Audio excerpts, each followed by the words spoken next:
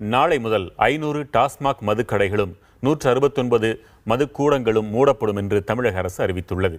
முதலமைச்சராக பதவியேற்றவுடன் எடப்பாடி பழனிசாமி கையெழுத்திட்ட 5 முக்கிய கோப்புகளில் மேலும் 500 டாஸ்மாக் மதுக்கடைகள் மூடப்படும் என்பதும் ஒன்று.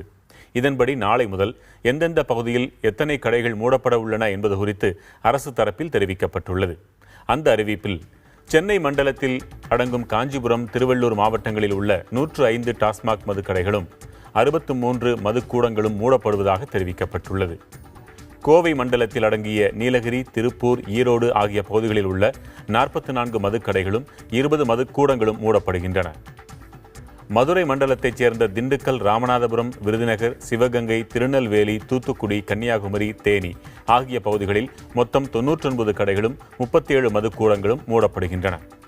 சேலம் மண்டலத்தில் தருமபுரி, கிருஷ்ணகிரி, நாமக்கல், வேலூர், திருவண்ணாமலை, அரக்கோணம் ஆகிய பகுதிகளில் 133 மதுக்கடைகளும் 26 மதுக்கூடங்களும் மூடப்படுகின்றன.